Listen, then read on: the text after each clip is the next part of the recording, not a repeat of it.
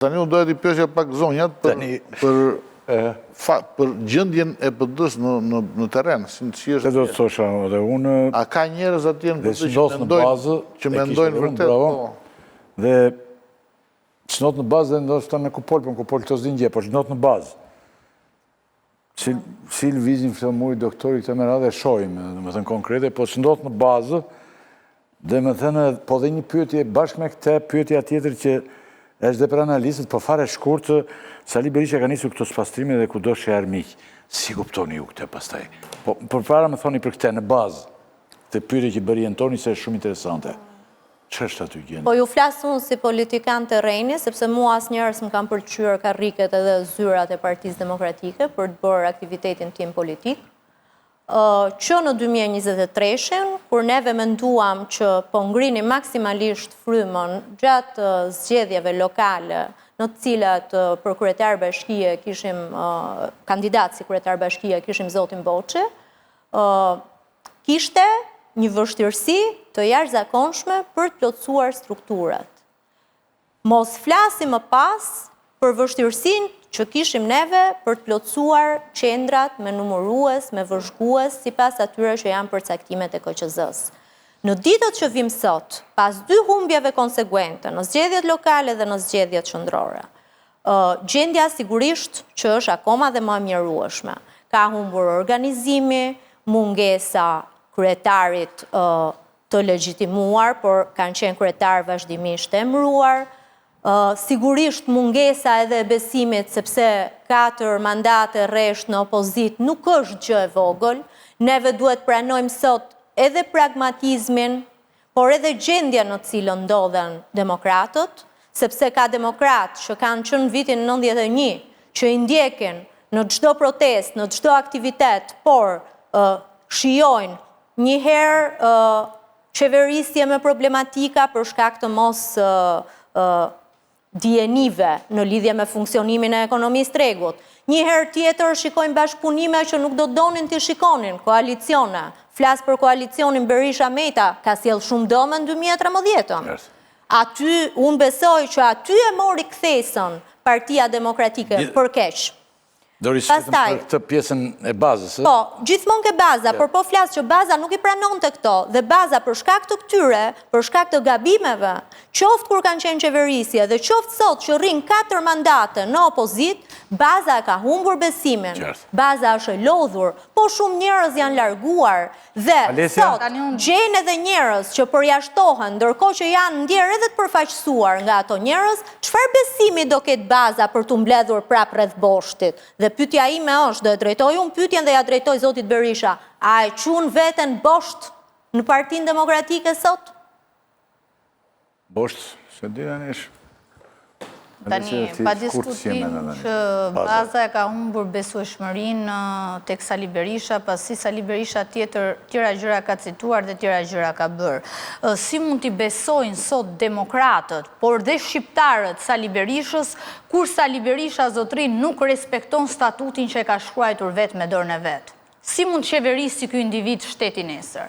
Ky ka bërë Nenin Basha. Kur ti nuk respekton një nen që e ke shkruajtur vetë, kush mund besoj ty?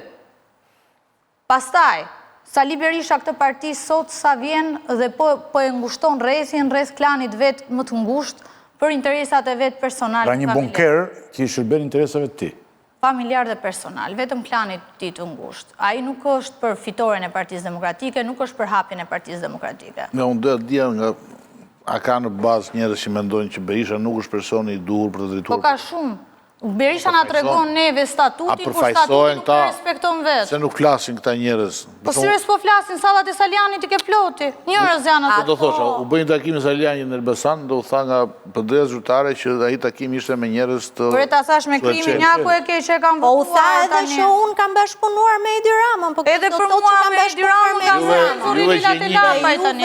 Juve gjenjini Elbasanin. Gjithë nuk thënë ndarë PD-ja. Neve shënjojmë Elbasanin, prandaj pak më parë po mundohesh aty u shpjegoja edhe qasjen e një demokrati. Ne jemi hequr gjitha me një logjik të vetme që jemi bashkëpunëtorë të Ramës. Një demokrati në nxurrën të PSD-ja, ky Lila nxorri ka vite që ndjek Partinë Demokratike.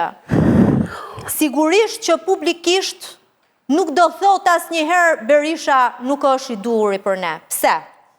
E para, sepse është krijuar kulti i individit, dhe kjo tashmë dihet. E dyta, sepse ka frikë, se po të artikuloj, do jetë ai dhe gjithë ato si ai shkaku që Partia Demokratike nuk po vjen pushtet, sepse po e shajnë edhe të vetët. Por ideja është... Ne duhet bërë debati brendshëm. Debati brendshëm është bërë, debati brendshëm bëhet, debati që bëhet në tavolina, ose më saktë, edhe në për komunikimet tona, të tjera gjëra më shkruajnë mua në faqen time zyrtare të Facebookut dhe tjera më shkruajnë në inbox. Duke më kërku dhe falje sepse po më shajnë pak të faqja ime. Ata që shkruajnë në inbox, largoj sa më shpejt. Jo, nuk është kjo, nuk është ky koncepti. Koncepti është që tjera mendojnë dhe tjera shprejnë sepse kanë frikë se bëhen shkaku i rrugjes më tepër. Dhe ato duan që Partia Demokratike të fitojë. Alesia, 3 fjali... Sot nuk ka zgjedhje, nuk ka shkak humit. Megjithatë, qëndron dhe fakti që kjo qasje ka sjellë që në gjithë të prodhohet një lider tjetër alternativ i Berishës. Dhe ky është fakt. Sali Berisha nuk mundi dot rezultatin e Bashës 2021-shit. Kjo duhet jetë një mesazh, domethënës për gjithë demokratët. Dhe unë sot, këto 3 minutat e fundit, do të shfrytëzoj vetëm për të dhënë një mesazh që Partia Demokratike me nënkrye Sali Berishën nuk vjen kurrë më në pushtet. Dhe këtë duhet ta kuptoj antarësia e Partisë Demokratike. Një leadership i cili ka mbyll dyert me ndërkombëtarët dhe me institucionet e drejtësisë. Që nuk i frymëzon me thoti. Unë them që PD-ja që tjetë alternativ për qeveri nesër i duhet ndrojë leadershipin. Në rast se demokratët nuk arrin ta kuptojnë këtë, do mbajnë Ramën pushtet deri në 2033-shën.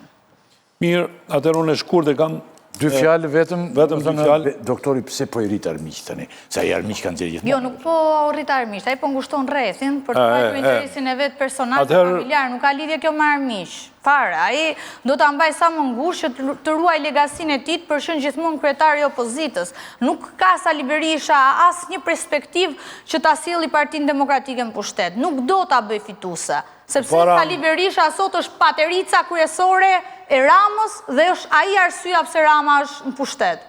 Para 4 teza që unë shumë shkurt baton, se mas shkurti që pjesë që na shajnë pastaj. Jo po thon doktori po shndron në partinë e Parti Familjare. Do të thonë aty ka qëllimin dhe të jesh opozitar normalisht e keni pushtet. S'është më rëndësi për të a vjen Partia Demokratike si fituese apo jo.